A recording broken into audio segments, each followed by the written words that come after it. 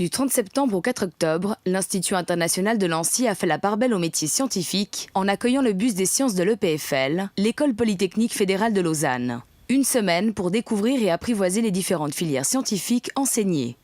Nous, on essaye de mettre beaucoup en avant les sciences à l'école. C'est vrai qu'un tel événement, ça rajoute encore à l'attrait.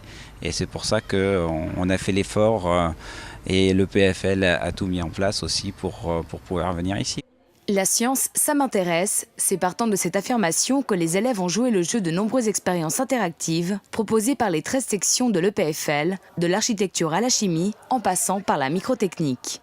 Parmi les domaines sur lesquels nous avons un petit peu plus de difficultés à mettre en œuvre des expériences en classe, là, le bus de l'EPFL nous permet vraiment d'aborder des séquences intéressantes. Je pense notamment à l'architecture, sur lesquelles on a besoin finalement de matériel qu'on n'a pas forcément à disposition dans les classes. Et surtout, c'est une relation un peu particulière pour les élèves, puisqu'ils se retrouvent tout seuls face à l'expérience.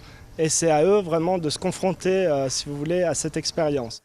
Au-delà de l'aspect ludique et didactique de ces expériences, un but, vulgariser les métiers scientifiques en créant des ponts entre les théories et leur application dans la vie de tous les jours. Exemple avec le domaine des mathématiques.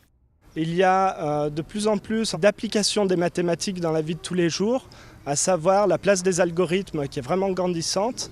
Et là, on a la possibilité justement sur le bus de l'EPFL de palper un petit peu l'intérêt et la place des algorithmes dans notre quotidien, notamment via les robots, mais aussi simplement au niveau de la communication, puisqu'il y a des jeux avec des puzzles, si vous voulez, où des messages sont à transmettre, et où l'algorithme est vraiment, on commence à sentir un petit peu de quoi il s'agit quand on parle d'algorithme.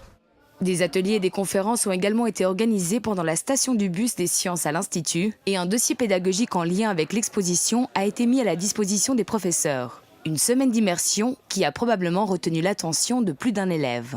Je pense que c'était une chose qui manquait peut-être un petit peu par le passé dans l'enseignement, ce lien direct avec l'expérience et ce lien avec la vie quotidienne. Si on peut motiver quelques élèves de plus ou renforcer aussi certains élèves dans le choix de cette orientation, oui, pour nous c'est un but recherché, oui.